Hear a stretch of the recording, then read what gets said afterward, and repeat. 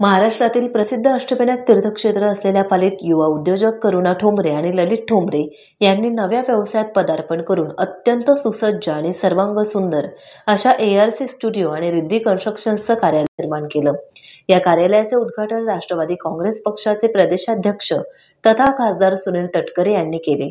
पालीसारख्या ग्रामीण भागातील युवा उद्योजक गरुड भरारी घेतात याचा सार्थ अभिमान वाटत असल्याचं तटकरे म्हणाले।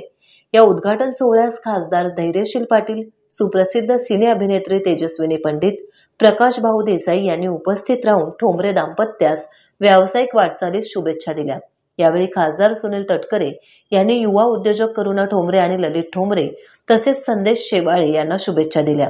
तर अष्टविनायक तीर्थक्षेत्र असलेल्या पाली शहराचा सर्वांगीण आणि शाश्वत विकास होण्याच्या दृष्टीने आवश्यक तो निधी उपलब्ध करून देण्यासाठी प्रयत्नशील राहणार असल्याची ग्वाही दिली। मागील अनेक वर्षांपासून पाली शहराची शुद्ध पाणी फिल्टर योजना आणि पाली बलाब बायपास प्रश्न मार्गी लावण्यासाठी सरकार स्तरावर आवश्यक ते प्रयत्न करून हा प्रश्न लवकरच निकाली काढू असा शब्द यावेळी खासदार तटकरे यांनी दिला। प्रचंड मेहनतीतून आणि प्रखर इच्छाशक्तीतून आज इथे रिद्धी कन्स्ट्रक्शन आणि आर्क स्टुडिओ उभं केलं। ते मध्ये दोन्ही सहकारी आपण पत्रकार मित्र, तमाम जमलेले हितचिंतक, कौटुंबिक स्नेही, सुधागडकर नागरिक बंधू भगिनी आणि सहकारी मित्रांनो, संध्याच्या एका शोरूमचं उद्घाटन करून या ठिकाणी आलो। त्यांनी सुद्धा अतिशय उत्तम पद्धतीने शोरूम इलेक्ट्रॉनिक्स वेगवेगळ्या उत्पादनाच्या आधारित सुधागड शहरातल्या मध्यवर्ती ठिकाणी निर्माण केलं। एका बाजूला वेगळा व्यवसाय करत असतानाच या क्षेत्रामध्ये झेप घेण्याची उपलब्धी संदेश, त्यांच्या सुविधा पत्नी, त्यांच्या कुटुंबियांनी त्या ठिकाणी दाखवली। आणि त्याचबरोबर ती ललितजी, तुम्ही आणि आपल्या पत्नी यांनी सुद्धा दोघांनी एक आगळावेगळा उपक्रम या ठिकाणी त्यानिमित्ताने सुरू केला। उपक्रमापेक्षा हा एक व्यवसाय आहे, पण व्यवसायामध्ये लागणारी कल्पकता, ध्येय, ज्या कामाप्रती आपण ग्राहकांना एक उत्तम पद्धतीचं उपलब्ध करून देणार आहोत त्याच्याबद्दलची असली प्रामाणिकता हे दाखवण्याचा तुम्ही त्यानिमित्ताने प्रयत्न करता। आता पत्नीने तयार केलेला आर्किटेक्ट सगळ्यात रिद्धी कन्स्ट्रक्शनच्या माध्यमातून येईल अशातला का भाग नाही।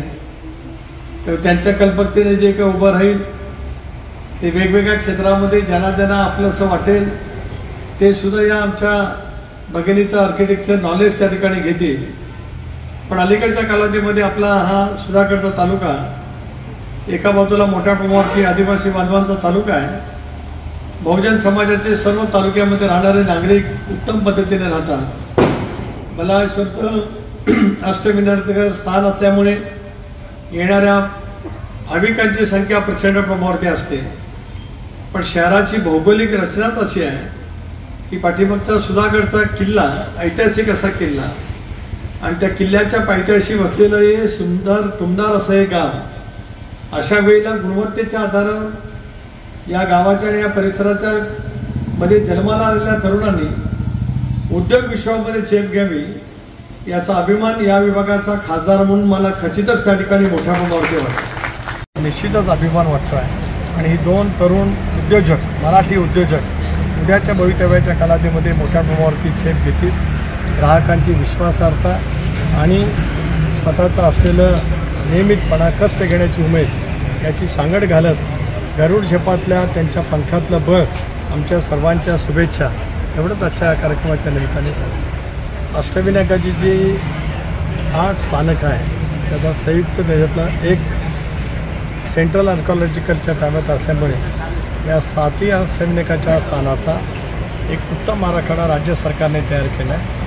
त्याच्यासाठीच राज्याचे उपमुख्यमंत्री अजितदादा यांच्या नेतृत्वाखाली एक बैठक 1 महिन्यापूर्वी त्या ठिकाणी झाली। आराखड्याला त्यांनी मान्यता दिली। प्राचीन, पुरातन ही जी काय मंदिरांची गुणवैशिष्ट्ये आपल्या देशभरामध्ये आहेत, दक्षिणेकडे आहेत, आपल्या राज्यामध्ये सुद्धा आहेत, त्याच धर्तीवरती बल्लाळेश्वरचं स्थानक महत्त्व असेल। आपल्या जिल्ह्यामध्ये 2 अष्टविनायक आहेत, त्या ठिकाणी निश्चितपणानं केली जातील। त्याचाही पाठपुरावा आम्ही सगळेजण त्या ठिकाणी करणार आहोत। आणि मग शहरातली पाण्याची योजना असेल, शहरातला बायपास असेल, हेही प्रस्तावात राज्य सरकारकडे आहेत, त्याला सुद्धा चालना देण्याचं काम विजयादशमीच्या मुहूर्तावरती मी पुन्हा एकदा पालिकांना आश्वासित करतो.